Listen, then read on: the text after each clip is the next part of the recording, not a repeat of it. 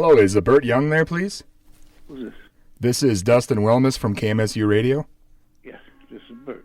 Burt, how you doing? Not bad, thank you. I'm here with my co-host, Ton. Hey, how you doing? Okay, hello, man. Well, we were hoping we could ask you some questions today if you got some time. Okay, good to say hello. All right. Well, we'll ask you some questions about your acting career. First of all, how did you get started? Chasing the girl. Chasing a girl? Yeah. Yeah, you know, when things you put a lot of stock in maybe you meet a pretty girl, and you think if you're with that person, everything would be rosy. And she wanted to study, she wanted to act, and I helped her get into Lee Strasberg's class, figuring we hold hands. That's how I became my entry into the work. Wow, that's great. Yep. So then how was it, I guess you must have taken classes and that sort of thing, and then how did it gradually turn into doing films? Well, I started, on stage. Every piece is junk, lowbrow theater throughout the city. Never thinking I'd get a paycheck, but then I started being able to open my mouth and communicate, and I started seeing a different side of the world, and then one step ahead of a step, and that was it. Then I wanted money. That's always how it goes. Early on, you were in a lot of gangster films, kind of like across 110th Street in Chinatown and things like that. Was there a reason you played all those kind of thug characters? Were you sort of typecasted, or? No, they hired me. That was a big enough reason. Across 110th Street, I think that was the first major movie. I was killed before the credits finished in that movie. I was with Anthony Quinn. There was no reason, except I guess they were doing a lot of tough guy pitches at that time. Yeah. And then you landed the role of Paulie in Rocky not too long after that, right? No, quite a jump in time. Okay. I didn't land the role. I was the only actor that didn't audition for that part already. I guess I was sort of an actor's actor. The public was just getting wind of me, but the business just sort of enjoyed my stuff, And I was the only. They auditioned Burgess. They auditioned everybody but me. Wow, what was it like on the set of Rocky? Did you have any interesting stories you remember? Or? It was very exciting. When I read that script, it was by a nowhere youngster, Sylvester, and I write also. But when I read that script, it was the cleanest street prose I had ever read, and I knew I didn't know what a blockbuster was going to be. I had no idea, but I knew it was an important movie. And doing it, we had small money, and it was Robert Chardoff and Irwin Winkler were the producers, and we just really all put our input in there. It was Sylvester was a force of strength right from the first day. He just was unstoppable. Yeah, you guys. Everyone was seemed to be really good actors in that film and whatnot, and especially the dynamic of him and then you and your explosiveness, but yet being ultra sensitive. That was a big deal. Did you guys feel that while doing it, and kind of did you sense or think that it was going to be a big hit film, or? Yeah, but it was a funny thing because we were negotiating before the movie came out, and my agent was dragging his feet. He was trying to get a couple of dollars from the studio, and I hadn't met Sylvester yet, and I'm at the commissary doing something, eating on another project. He comes over and kneels down. He says, "Mr. Young," he says, "I'm Sylvester Stallone. I wrote Rocky." I said, oh, good job. So that's beautiful work. He said, you got to do it. You got to. I go, shh. I'm going to do it. Let me twist their arm a little bit. And he put a big pumpkin grin on his face. He understood. And that was the beginning. He wrote 98% of the dialogue. He is a complete force. How you fill it, that's up to you. And I filled it the way I looked at it. But that is his work. So was it an obvious choice for you to come back for the sequel? No, I wasn't going to do two.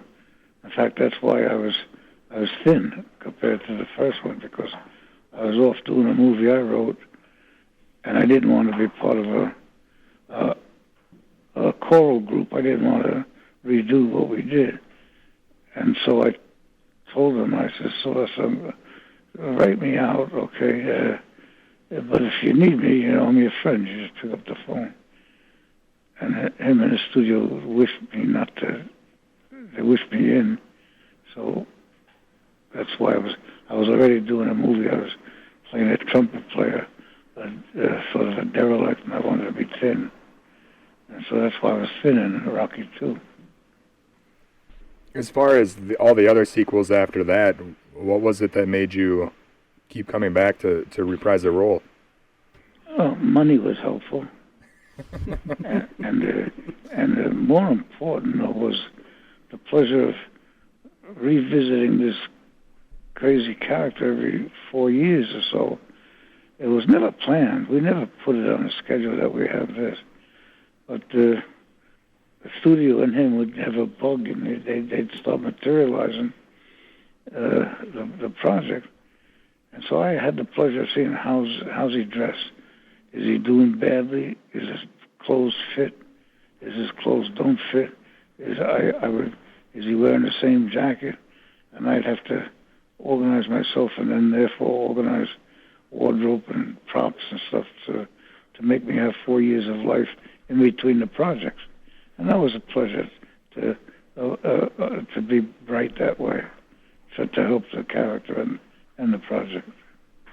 And what was it like? I mean, you got to work with all kinds of people there. I mean, Carl Weathers, and then even, off-kilter kind of people, Mr. T, Hulk Hogan, things like that, Tommy Morrison, James Brown. Was it an amazing experience, or was there any, funny stories with that, or how was that for you? Always funny stories, always. You mentioned the people. First, I loved working with Talia. She was a hidden love of mine. She was exciting. In fact, she did a movie that I wrote for CBS. She played my wife, and I think she was remarkable. But all the people you mentioned, Carl Burgess especially, was a delightful poet. He was just a fun-loving, and he was just great. I just loved him. Sylvester, of course, funny as hell. He's more funny than people realize. He can have you cracking up in a minute, And he's a workaholic, which I love. He don't like to sit down. He don't like downtime. All the people. Tommy Morrison was a clean-cut guy. He was like a kid going to school. It was always a pleasure with these fellas, And even the lesser parts. Everybody was excited to be there. It's like an old-time movie, It was where you say you watch an old-time, say a cowboy movie from the 40s, 50s. Even the extras look like they have a life about them because they want to be there. They want to be there for many reasons. Money, of course, but input, collective pursuit. That's what Rocky was. So are you still keeping in touch with the cast then? I do, but this business is funny. I'm pretty much of a recluse. I'm living in Port Washington. I lived on a boat for a while.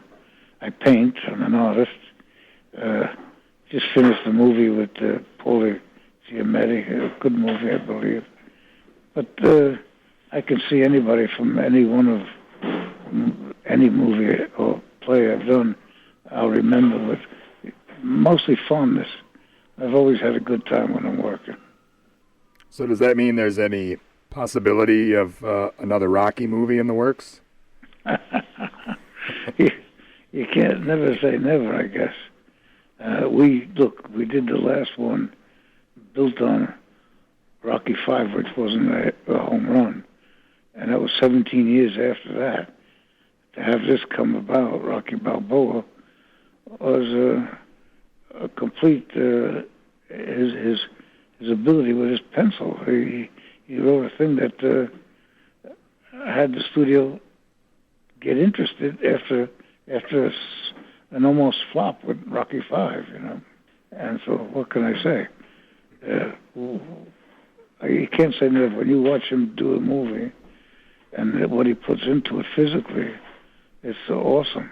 You know, he's you know, I'm an old athlete myself, but this guy doesn't stop. He just doesn't stop. He's a complete